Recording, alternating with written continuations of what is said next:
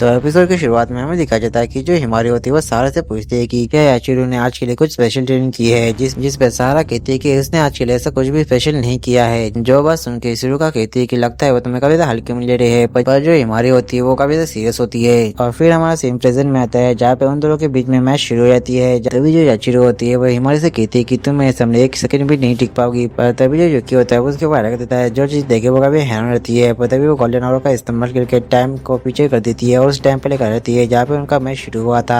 हिमारी जो होती है वो नोटिस करती है कि जो याशिरो वो थकी हुई है, यानी कि उसने अपने गोल्डन आवर का इस्तेमाल किया था, इसलिए वो अपने प्लान को चेंज करते ऊपर से अटैक करते हैं। पर जो याशिरो होती है वो अपने मन में कहती है कि ये कितनी ज्यादा बेवकूफ है, वो लोग हवा के अंदर अपने डायरेक्शन नहीं बदल पाएंगे, इसलिए मैं जैसे ही वो लोग कर ही पाएंगे तो मैं टाइम को रोक दूंगी और अगली पुलिस से शूट कर दूंगी। वो ये सब सोचने के बाद वो टाइम को रोकने लगती है, पर उससे पहले ही जो हिमारी होती है वो युकी को इशारा कर देती है। युकी जो होता है वो अपने स्पेशल मूव का इस्तेमाल करके याचिरो के ऊपर अटैक कर देता है, जिस वजह से याचिरो अपनी एबिलिटी इस्तेमाल नहीं कर पाती और उसे काफी ज्यादा डैमेज भी हो जाता है। पर तभी जो याचिरो होती है वो एक स्माइल देती है और अगली पल वो अपने गोल्डन आर्मर का इस्तेमाल करके टाइम को पीछे लाती है और उस टाइम पर लेकर आती है जब वो दोनों हवा में थे।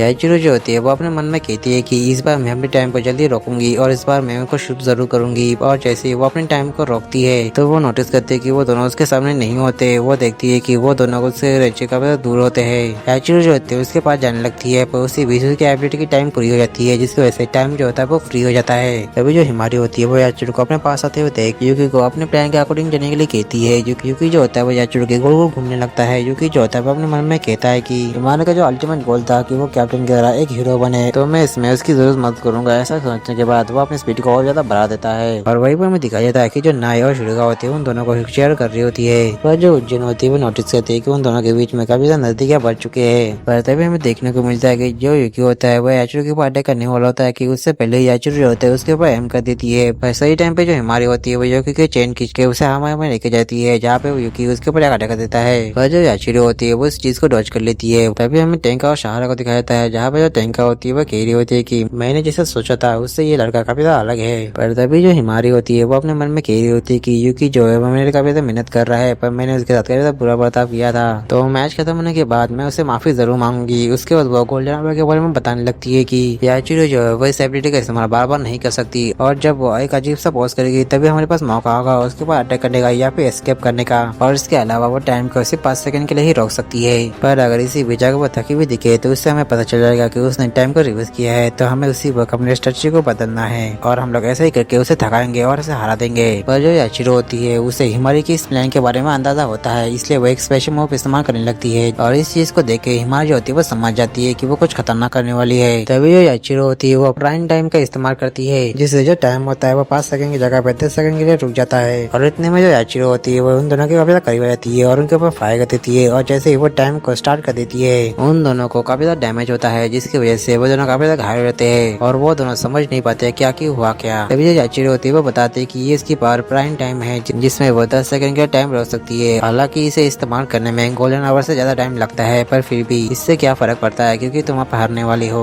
फिर जो याचिरो होती है वो हिमारी को हार मानने के लिए कहती है। हिमारी जो होती है वो अपने मन में कहती है कि क्या मैं हर बार ऐसे ही हारती रहूंगी और हमने जो मेहनत की थी वो सब कुछ वेस्ट हो गया। और वो ये सब सोचने के बाद वो हार मानने वाली होती है कि उससे पहले ही जो युकी होता है उससे कहता है कि वो सिर्फ हमें डराने की कोशिश करे और ज्यादा ध्यान से देखो, वो काफी ज्यादा थक चुकी है, इसका मतलब वो इसका इस्तेमाल फिर से नहीं कर सकती। और वैसे भी मुझे ये पसंद नहीं आएगा कि मेरा मास्टर इतनी आसानी से हार मान ले। तभी जो हिमारी होती है वो देखती है कि जो याचिरो है वो सच में काफी ज्यादा थक चुकी होती है और इस चीज को देख के उसमें काफी ज्यादा हिम्मत आ जाती है। फिर वो युकी से कहती है कि एक स्लेव होने के बावजूद भी तुम काफी ज्यादा बातें करते हो, इसलिए मैं तुम्हें बाद में सजा तो दूंगी। और उसके बाद वो युकी के ऊपर बैठ जाती है। फिर वो युकी से कहती है कि अपने फाइनल मूव का इस्तेमाल करने के लिए युकी जो होता है वो याचिरो के ऊपर अटैक कर देता है और वहीं पर जो याचिरो होती है वो अपने गोल्डन आवर का इस्तेमाल करने लगती है। पर उसी बीच युकी जो होता है अपना रिवर ट्रांसफॉर्मेशन का इस्तेमाल करके वहाँ पे एक रोशनी कर देता है, जिसकी वजह से याचिरो को कुछ भी दिख नहीं रहा होता है। पर जो याचिरो होती है वो फिर भी टाइम को रोकती है और जैसे वो सामने देखती है तो वो देखती है कि उसके सामने युकी होता है जो अपने ह्यूमन फॉर्म में होता है और वो नोटिस करती है कि जो हिमारी होती है वो वहाँ पे नहीं होती है, पर फिर भी वो युकी के ऊपर फायर कर देती है और उसके वजह से वो अपने टाइम को स्टार्ट करती है। तो हमें देखने को मिलता है कि जो याचिरो होती है उसे गोली लग चुकी होती है। वो देखती है कि जो हिमारी होती है वो ठीक उसके नीचे होती है और तभी जो याचिरो होती है उस अटैक की वजह से नॉकआउट हो जाती है और उसके बाद जो हिमारी होती है वो अपने हाथ को ऊपर करती है, जिसकी वजह से जो जिन्ना होती है उसे विनर डिक्लेयर कर देती है, जिसकी वजह से स्कोर 7 को 1 पॉइंट मिल जाता है। और इस चीज को देखने के बाद जो सभी लोग देखा भी खुश होते हैं। वही पर जो उज्जैन होती है वो अपने मन में कहती है कि हिमारी ने युकी के रिवर ट्रांसफर ट्रांसफॉर्मेशन का अच्छी तरह से इस्तेमाल किया है। तभी जो हिमारी होती है वो नोटिस करती है कि जो यूकी होता है वो काफी ज्यादा घायल हो चुका होता है। जो चीज को देख के शिरुगा और नाई जो होते हैं वो यूकी के पास जाने लगते हैं। वो जो जन होती है उसे रोक देती है और उससे कहते हैं कि सब कुछ ठीक है। फिर हमें देखने को मिलता है कि जो यूकी होता है वो होश में आ चुका होता है और वो देखता है कि वो हिमारी की गोद में होता है और वहीं पर जो जिन्ना होती है वो उसे हील कर रही होती है और उससे कहती है कि उसके ऊपर जो अटैक हुआ था वो काफी जानलेवा था, पर तुम मेरे बेड के अंदर थे इसलिए चिंता करने की कोई बात नहीं है। और ऐसा कहने के बाद जो जिन्ना होती है वो याची को हील करने जाती है। वहीं पर जो हिमारी होती है वो यूकी को अपने से दूर करती है और उससे कहती है कि अब तुम ठीक हो तो मुझे चिपकने की जरूरत नहीं है। तभी जो यूकी होता है उससे कहते हैं कि क्या तुम मुझ पर थोड़ा सा रेम नहीं दिखा सकती। उसके बाद जो यूकी होता है वो कहता है कि मुझे कभी ज्यादा प्यास लगी है। तभी हमें याची को कहता है जो होश में आ जाती है और फिर वो हिमारी को देखने के बाद अपने मन में कहते हैं कि मुझे वो दिन आज भी याद है जब इंटर एग्जाम से पहले तुम बीमार पड़ गई थी, इसलिए मैंने तुम्हें काफी ज्यादा सिंपल समझा था, पर मैं भी जो गलत थी, तुम तो काफी ज्यादा कमाल की हो।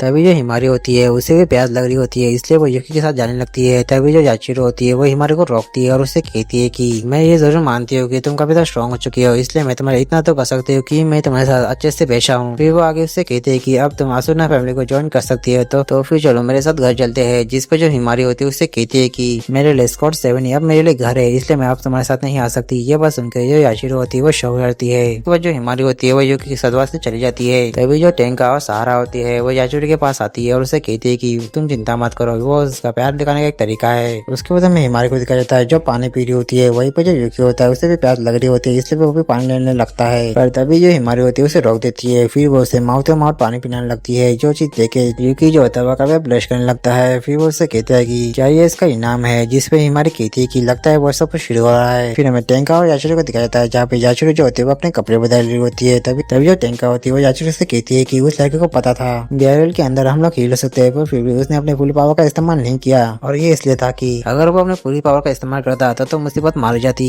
फिर वो याचिरो को डांटने लगती है और उससे कहती है कि तुम्हें अपने अपोनेंट को इतने हल्के में नहीं लेना चाहिए था। याचिरो जो होती है इस पर माफी मांगती है। तभी जो टेंका होती है वो कहती है कि पर फिर भी वो जो लड़का है वो काफी तो कमाल का है। और तभी हमें शिरुगा को दिखाया जाता है जो ये कहते हुए जाती है कि मुझे भी प्यास लगी है। और फिर हमें हिमारी और यूकी को दिखाया जाता है जो काफी तक करीब होते हैं। हिमारी जो होती है वो यूकी से कहती है कि तुम्हारी वजह से आज मैं अपनी बहन को हरा पाई, इसलिए तुम्हारा बहुत बहुत शुक्रिया और आप पा रही है तुम्हारे इनाम की। ऐसा कह के वो उसे किस करने लगती है और ये चीज काफी ज्यादा चलती है। तभी जो हिमारी होती है उससे कहती है कि मैं तुम्हें किस इसलिए कर रही हूँ क्योंकि ये तुम्हारा रिवॉर्ड है, तो ये मत समझना कि तुम्हारे लिए मेरे अंदर कोई फीलिंग है। जिस पे यूकी कहता है कि हाँ मुझे पता है। उसके बाद वो ऑफिस से किस करने लगते हैं। पर तभी हमें देखने को मिलता है कि जो शिरुगा होती है उसने उन दोनों को देख लिया होता है और पहली बार उसे पता चलता है कि यूकी का इनाम क्या है। उसके बाद हमें याचिरो को दिखाई जाता है जो सहारा से कहती है कि मैं अपना मैच हार गई पर तुम अपना मैच जरूर जीतना। पर तभी वो नोटिस करती है कि जो सहारा होती है वो सॉरी होती है। ये चीज देखने के बाद वो उसके ऊपर गुस्सा होती है और कहते है कि क्या तुम बिल्कुल भी सीरियस नहीं हो क्या। पर तभी जो टेंका होती है वो सहारा से कहती है कि क्या तुम तैयार हो, जिस पर सहारा कहती है कि हाँ मैं पूरे से तैयार हूँ और मैं अपना बेस्ट दूंगी। पर तभी हमें कुछ ह्यूमन और सुकीज को दिखाया जाता है जो उन सभी को देख रहे होते हैं और यही पर एपिसोड खत्म होता है। तो मिलते हैं इसके नेक्स्ट एपिसोड।